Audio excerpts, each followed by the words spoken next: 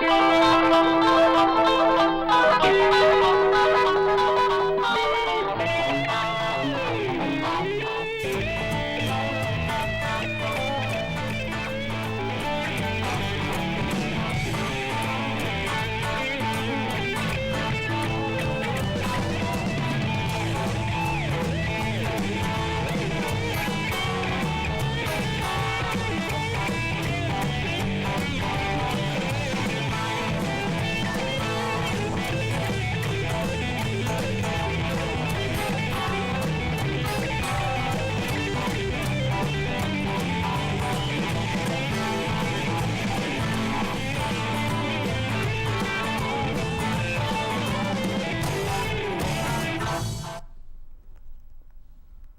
there, welcome. I am Suzanne Suchan. Welcome to another edition of the You Can with Suzanne show. Bam! Don't you just love that guitar playing in the beginning? It's just, it's so wonderful. I love it. How can you listen and not like smile and get happy? And that's what this show is all about. So every week I share a little story. Well, this week is no exception. So I got a story for you. So when I was little, I had a favorite uncle. We called him Uncle Bobby. Super mega awesome guy. And he was the kind of guy who would say, I give you a couple pennies, and that meant a couple dollars so we can go to the candy store and, rot our teeth out. But he had given me some jacks once. And he had a story saying, that he played with them when he was a kid and that the pink ball that goes with them kind of dry rotted out and got lost. Well, anyway, so he had these 3 jacks that were left over. And he gave them to me when I was a little kid. And I was like, oh, it's so awesome. It goes really, really special. And I was thinking about that now in my adult life. When you find something or you come across something, no matter where it was made, it's special to you. It holds a certain value to you. And I kind of got intrigued with that. After my mom passed away, out of nowhere, I found one of them angel coins. And I'm like looking on the internet and eBay and everything. I'm like, what's up with these angel coins? And then my daughter found one too. So we had 2 angel coins that showed up after my mom passed away. So I thought that was really cool and intriguing and interesting all at the same time. And it just kind of made me think it didn't really matter where that coin came from or where it was made. It meant something to me. It held value to me. And it's just kind of cool that, so like you might think, or I might think, if something wonderful happened, I could thank my lucky coin or thank those jacks because maybe they brought me good luck. And with that, I want to talk about what today's show is about: belief systems. And with me today, I have very good friends and teachers. I have ShadowFox and LilyDale. And we are here. Yay, you made it. Welcome. I'm still breathless from dancing to the guitar music. Wonderful. Thank you for having us. Thank you. So, belief systems. Now, sometimes, actually, if you say the term belief systems, that could be quite a touchy subject. How do we even lead into this thing? Now, talk to me about belief systems, like from your perspective. Okay. Well, I think what we would start with is because we are metaphysical teachers, and wait, there's that big word again. And I have a memory. 4 syllables. That's all. 4 syllables. So please explain to myself and our listeners what you mean when you say metaphysical. Metaphysics is the basic looking into the essence of all things. That could comprise the known, the unknown, the seen, the unseen, the heard, the unheard, that which exists beyond our 5 senses, that which exists within the capabilities of our 5 senses. So that's a broad spectrum of the metaphysical field, which has many components, but that's the overall structure. yes. So it's pretty much saying there's more to life that meets the eye. There's more than just this old physical plane. For instance, when you were finding your coins, okay, and there was an angel on them. There are people that believe in angels or miracles. Well, welcome to the metaphysical world. And even religious structures Some will recognize, angels or miracles, blessings. This is all part of that. There is no separation. It's unity and synthesis of that. Christ taught from a platform of metaphysics. And for what each of us specifically do is we bring forward cosmic, universal, spiritual, and natural laws. And there's nuances within the structures of them that we elaborate on. This is what Christ taught. And I'm saying this is because we've been, in our teachings, there's been many people that have come forward and they have concerns of whether it be just the belief systems that they themselves hold, that they were afraid, I heard something and it wasn't accurate. And so really we're just thankful for this opportunity so that we can bring forward a more accurate presentation of what this is, because energy is all around us. All around us. And this is what the actual Christ worked with. And the reason why I'm saying this, because if you do have a very strong religious structure, there's nothing that we are teaching or bringing forward or sharing that is not in perfect alignment, even more so than what the Christ taught. Wow. And then for those who shy away from religious teachings, we're good to go on that too, because then we're teaching energy. Oh, wow. Wow. Okay, I think I almost understand. Well, a good example is Jesus walking on water is metaphysical. Who can do that? Changing wine into bread, was it the other way around? Water into wine. Water into wine. There we go. That's a miracle that she remembered and I didn't. She likes wine, maybe. That also, because that's beyond the known. However, it's a possible, not only plausible, but possibility. As shown by that individual, Jesus. Yeah. So, and where we come in with, and why we're looking at specifically looking on belief systems and speaking on energy.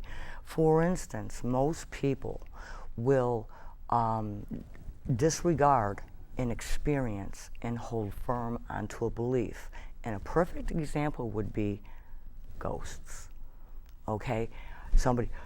Perhaps they could literally see, something, like coins appear, a book sliding across someplace, but they get afraid, and then all of a sudden it's like, oh, nope, forget that. I'm not even going to deal with this experience because ghosts don't exist.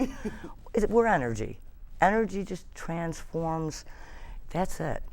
We still exist. So it's really all one and the same. Exactly. Exactly. That's quite an interesting theory. There's a certain structure that we have developed elements. What is contained within a single person's belief system? What is the influence that brings the core of that belief system into being? That's how they make their decisions, their choices. That's how they relate to the world. That's how they view the world. It gives them a perspective and a perception on everything about them. So most on primary probably is family. Born into a family, born without a family, they're both going to be constructs that influence in later life our vision. The second one may well be religion. If your family was strongly this religion or that religion, most people will take that on into their adulthood, and that has a form in their belief system, what choices they make. Another thing may well even be the environment. An infant born without arms or in some way spinal difficulties has a different perception of the world and a different core belief system than somebody who is born healthy and maintains health. Education plays a role in it. How far along the spectrum are, have you become a doctor or are you a teacher? So within an educational format, there can be also a narrow view. We're looking at culture is another one. We can look at Political. Political. Physicality, which I mentioned briefly. Yep. All of these things play an intricate role. Then we also can step into where you have mass consciousness. And there's more that he can go into that, but you can look at the energy within that scope, and you could take a look at, say, there was a riot. That energy from being angry or frustrated can rise very, very quickly. And really all it takes is one person to step back and say, I'm not playing. I'm choosing differently. Even though everybody can still feel that energy, doesn't mean you have to choose it. Right. Doesn't mean you have to make that choice and step in and pick up that bat. And you can consciously make different choices. And when you recognize where these issues lie, and such as, is it cultural? Is it, am I being brought here for political reasons? And across the board, and this is a key in a few tools that we're going to share, but if you look at choice, everybody has a right, or should have a right, to make their own choice. Mm-hmm. And so even if their choice doesn't resonate with you, or you disagree with their choice, they still have freedom to make that choice. But then we ask the question, are we really free?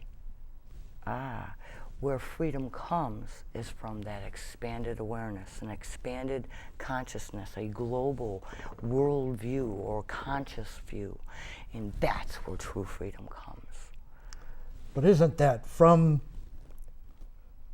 in the way I was raised, I was not acculturated or brought up in any specific either family environment, religious environment, political environment, etc., because there's many families involved over my event as a childhood.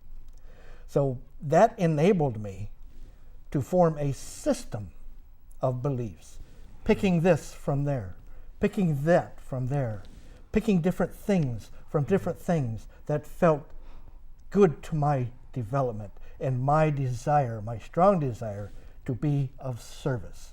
Mm-hmm. So my outlook, my perception was looking into those things that had a broader global view than a very narrow community or state or government, but a total global view of us as humanity, irregardless of where we stand in the spectrum of things, poverty, wealth, etc. Mm-hmm.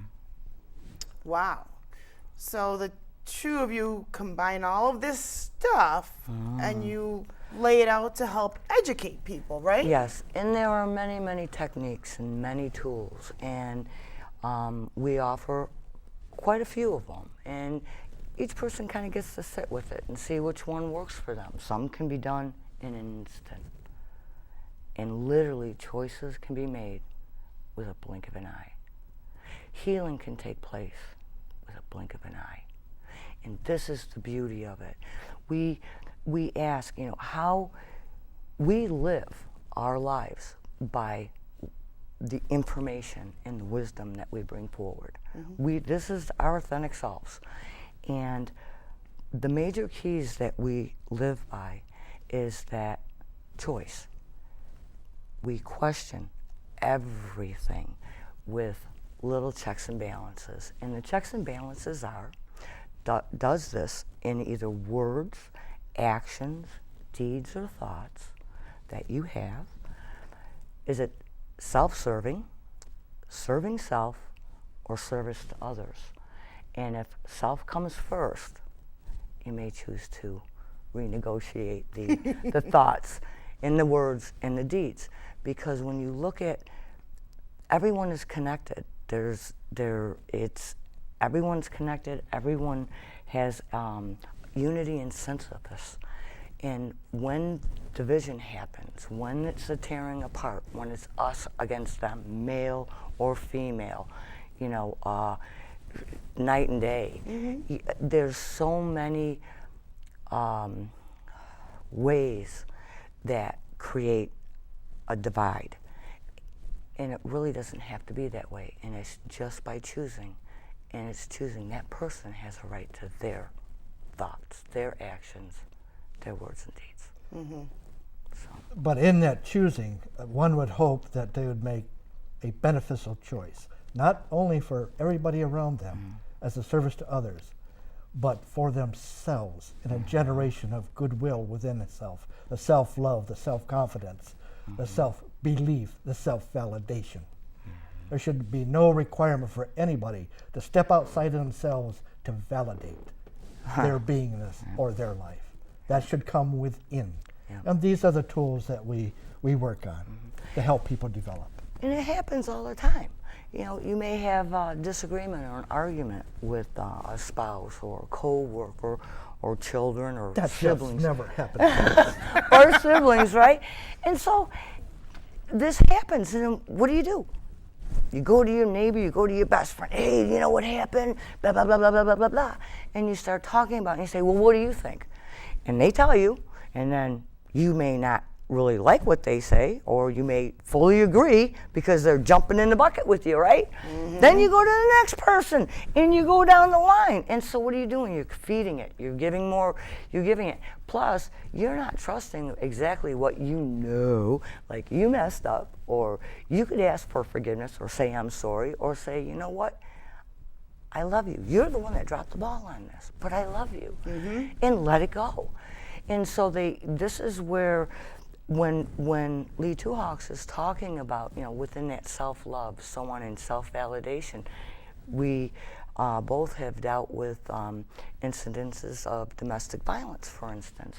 What happens with these women or men who are abused, whether it be physically, mentally, emotionally, these hurts start setting in, and then the belief system sets, like, it was my fault.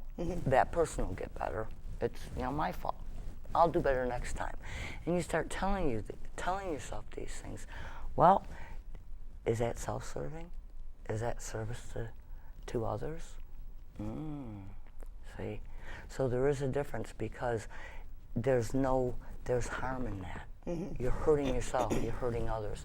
And so when you feel, for instance, if you feel like getting angry, you can. You can get angry, you can choose it if you know, really. And you can throw those hurtful things out to somebody. But in reality, what are you doing? You're hurting yourself. Because it's the call of, it's the law of reciprocity. Whatever you put out will come back to you in kind. And again, many people are aware of, like the law of attraction, but there's many nuances within it, and there's nuances in with all the laws. And the most popular ones are the ones for somebody can get something, like the law of attraction. But there's checks and balances with it. And I just gave you the checks and balances. If I may give an example of what we were talking about, diffusing a situation. And everybody has had a number of these, either in arguments, either with parents or siblings, or even your children. As an example for me, I had a person holding a knife to my throat, and it was actually poking my throat. And I looked that person in the eyes, and I said, I love you. That person was startled, absolutely startled, and backed away and walked away. Wow. Another time, a person held a gun to my, this didn't happen a lot, 2 times, all right. Held a gun to my head and said, I'm going to blow your head off. I simply looked at that person and said, thank you, may you be well. Total dispersion of a very hectic and frightening situation. Does it always work? No. Those 2 occasions for me did work, but that's an example. The other way is, and I'll be done with this in a minute, is to use the breathing part. If you're in a frictional situation and you feel that tension right here in the solar plexus, you want to do that, okay? Take 3 seconds. Just take 3 seconds. Count them to yourself. 1,001. I used to throw grenades, so I learned to count. 2 and 3. And then, while you're making that count, think about, do I really wish to say what I was about to say? Is it going to help this situation? Is it going to help me? Is it going to help this event I'm in with a person or an event? And the other way is to, in that breathing apparatus, breathe deep into the stomach, what's called diaphragmatic breathing. And as you exhale, imagine all that distress from the physical system evaporating from your body. Feel it, feel it, imagine it, imagine. The greatest tool we have is imagination. So imagine that. Just imagine that darkness, that dissolution, just evaporating outwards. Then take a cleansing breath and move forward. That was good. I can do that. You can do that. That was pretty awesome. I like to mention just miracles for a moment, because we started with miracles, and I kind of like to bring this forward because many people believe in miracles. They could happen, or they've known somebody that it's happened to, but miracles can really be created anytime. It's the know-how to do so. Situations, for instance, especially when there are negative connotation. And this is what we're laughing, because you have the yin and the yang of us right now. Okay, he's giving you one side, and I'm going to give you another side. Okay. But they're the same thing. It's the same thing for the most part. When you have a negative situation, something that just is not flowing the right way, it's not turning out, you're putting a lot of energy in it, stop for a minute, like he said. That energy is moving counterclockwise. You can get it to move clockwise. Christ himself utilized the negative energy and turned it into physical healing. That's exactly what he did when he went in and they found a child they thought was dead or was dead. He got everybody out. Why? Because everybody was mourning and they were crying and boo-hooing, and the energy in that room was building and filling up, so that had to be dissipated. He asked them to leave. He changed the energy of the room, and guess what? The child lived. He said the child was only sleeping, and he made it happen. So when something in your life is that way, when it's the worst of the worst, bless it. Say thank you so much for this beautiful opportunity, because I get to create. I get to co-create. And when you do that, it changes the entire view, the entire signature of what is going on. And then guess what? Then you start looking at things a little different, and then things will start falling into place. When I was a child, my mother was very ill. She had diagnosed with 4-stage colon cancer, and they gave her a 2% survival rate. And as a child, I knew of this energy. it was a natural. And what I recognize is with everybody praying or asking for this, and I got to find this beautiful guy that's going to take care of me the rest of my life, and or this beautiful woman, or this beautiful job, and everybody has these wishes and desires, and they pray or they try to create, and all of a sudden it's not quite the way they got it. They got somebody else's present, okay? So I recognized that there was a disconnect. There was something that was not being looked at, and it was the actual focus. And so in focus, we're looking at the end result. And the end result, for instance, and here's a beautiful one. I think this was from Mother Teresa, actually. But it was, she was invited to an anti-war rally. And she said no. She goes, when you have a peace rally, I'll be there. What is the emphasis? Anti-war. The emphasis is war or peace. Okay, it's the same thing. We were at a restaurant today. We said, thank you for sitting us here. And the person said, no problem. Well, if you're looking at an end result, no and problem, it's a problem. And so in changing the energy around that very easily, you're welcome, or it was my pleasure. It was my pleasure to be of service. And so if you're out there and you are a server, for instance, or you are in working with people every day, keep that in mind, because no problem is a slang. And it really comes off as a slang, and it can be very offensive. It's same thing, a big one, like with the book, it's I don't choose to use specific words. They're very foul, they're swear words or cuss words, and I can actually say them on this TV show. It's want, need, problem, and fight are the 4 you choose to stay away from. And the reason why is if you're trying to create something and you're looking at the world of abundance and you're looking at the world of attraction, why would you want anything? It's already there. And so when you say, oh, I want this new job or I want this new house, the only thing you've accomplished was sending that order out, okay, as you wanting it, not receiving it. Where in there, when you say this is what I want or this is what I need means lack, want means lack. Law of abundance doesn't recognize lack. So these are little quick things that you can change, whether in your vocabulary or even in your prayer or meditation, because the vibrational energy with those is friction. So it's like, why why step in and fight cancer, for instance? Heal it, eradicate it, stop it. So wow. It's very, very powerful. And words are powerful. They carry vibration. They send that out there. So you can continue to swim upstream. You can continue doing so. But when you are tired of swimming and not getting where you like, certain change in syntax helps. And these are just little keys. Those are big deals, actually. Wow. Now we're running out of time, but I wanted to mention real quick that each of them are authors. So I'm going to see if I can hold these up at the same time. Now, I've read this one, and I'm behind on my books, but I've read this one. Hold on. Don't zoom in yet.